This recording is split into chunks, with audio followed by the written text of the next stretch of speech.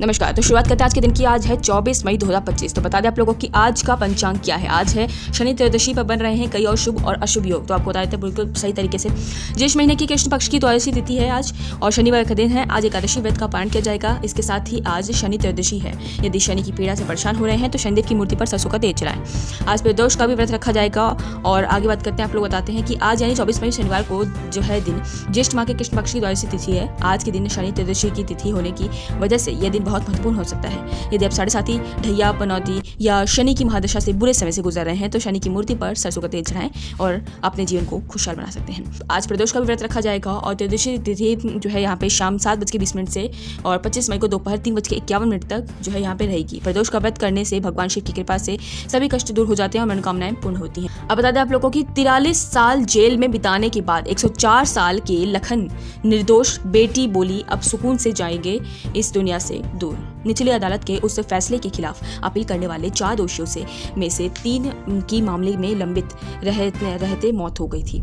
हत्या के आरोप में 43 साल जेल में बिताने के बाद 104 वर्षीय लखन उच्च न्यायालय से बरी होने के बाद कौशाम्बी जिला जेल में बाहर आ गए हैं। उनकी बेटी आशा ने कहा कि दाग आखिरकार मिट गया। इस महीने की शुरुआत में इलाहाबाद उच्च न्यायालय द्वारा लखन को बरी किए जाने के बाद विधेयक जो है यहाँ पे सेवा प्राधिकरण की मदद से लखन की रिहाई हुई है और निचली अदालत के उस फैसले के खिलाफ अपील करने वाले 4 दोषियों से भी 3 की मामले में लंबित रहने की दौरान मौत हो गई, जिसमें से है उसे आजीवन कारावास की सजा सुनाई गई थी। कौशाम्बी जिले के गौरेगांव के निवासी लखन का जन्म 4 जनवरी 1921 को हुआ था। जैसे कि उनके जेल रिकॉर्ड से पता चलता है कि उन्हें 1977 में गिरफ्तार किया गया था। इसके बाद 1982 में प्रयागराज जिला एवं सत्र न्यायालय ने उन्हें आजीवन कारावास की सजा सुनाई थी। इसके बाद उन्होंने इलाहाबाद उच्च न्यायालय में अपील की, जिसने 43 साल बाद 2 मई 2025 को उन्हें बरी किया गया है। अगली खबर बता दें आप लोगों के सामने है कि अस्पताल के सीवर में मिला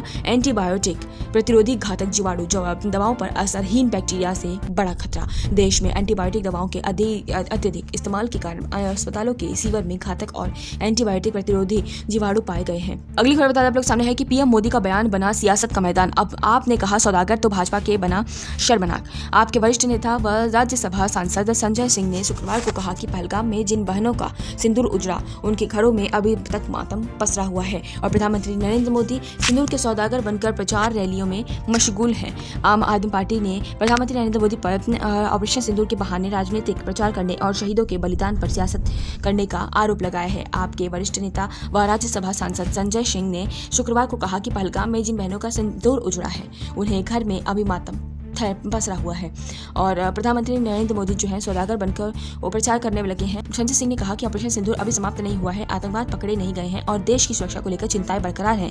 बावजूद इसके पीएम मोदी रेलवे टिकटों पर अपनी तस्वीरें छुपवाकर प्रचार कर रहे हैं। उन्होंने कहा कि पहले एक फिल्म सौदागर आई थी, अब मोदी ने सिंदूर का सौदागर नाम की फिल्म रिलीज कर दी, जिसमें हीरो, विलेन और कॉमेडियन भी वही हैं। अगली खबर आप लोग सामने कि हाईकोर्ट ने कहा दवा माफिया के चंगुल में सरकारी अस्पताल प्राइवेट प्रैक्टिस से मुनाफा कमा रहे हैं डॉक्टर।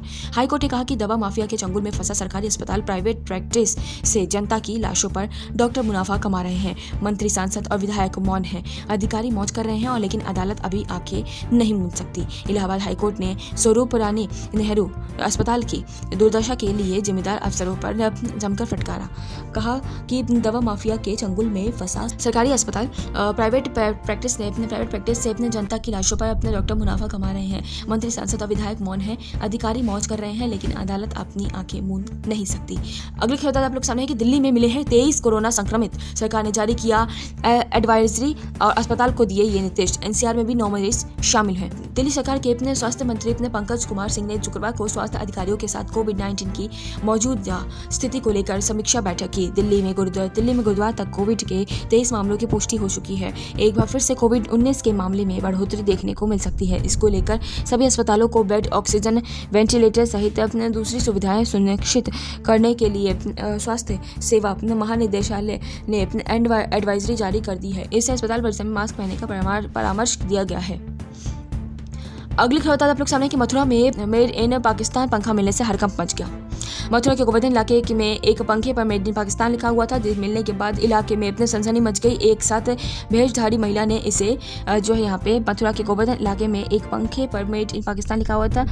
इसके बाद इलाके में सनसनी मच गई। एक साधु भेषधारी महिला ने इसे दुकानदार के पास ठीक कराने के लिए दिया था। पुलिस मामले की जांच में जुटी है और महिला की तलाश कर रही है। पुलिस ने पंखा पुराना बताया है और जल्द कानूनी कार्रवाई का भरोसा भी दिया गया है।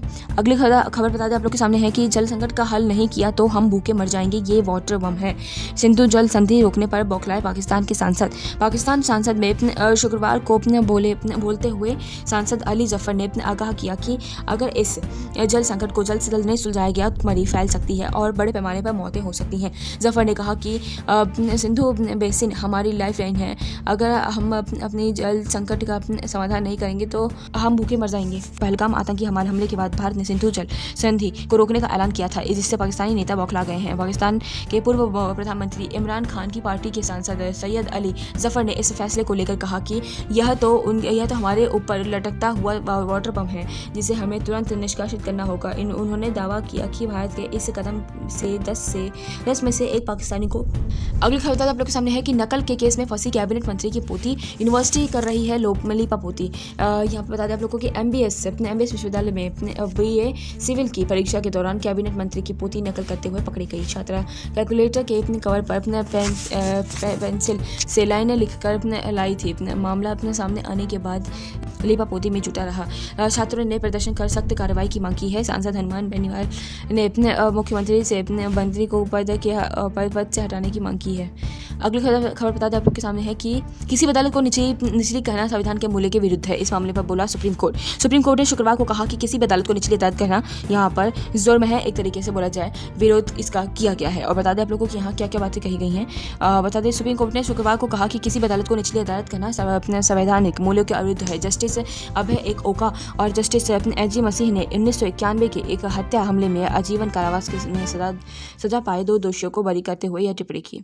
कोर्ट को निचली अदालत कहने पर अपने सुप्रीम कोर्ट नाराज पीठ के लिए फैसला लिखने वाले अपने जस्टिस ओका ने कहा कि फैसला सुनाने से पहले हम 8 फरवरी 2024 के अपने आदेश में दिए गए अपने निर्देश को दोहराते हैं कि सुनवाई अदालत के अपने रिकॉर्ड को अपने निचली अदालत के रिकॉर्ड के अपने रूप में संदिग्ध नहीं किया जाना चाहिए। कभी भी अदालत को निचली अदालत के रूप में वर्णित करना हमारे संविधान के अपने लोकाचार के खिलाफ है।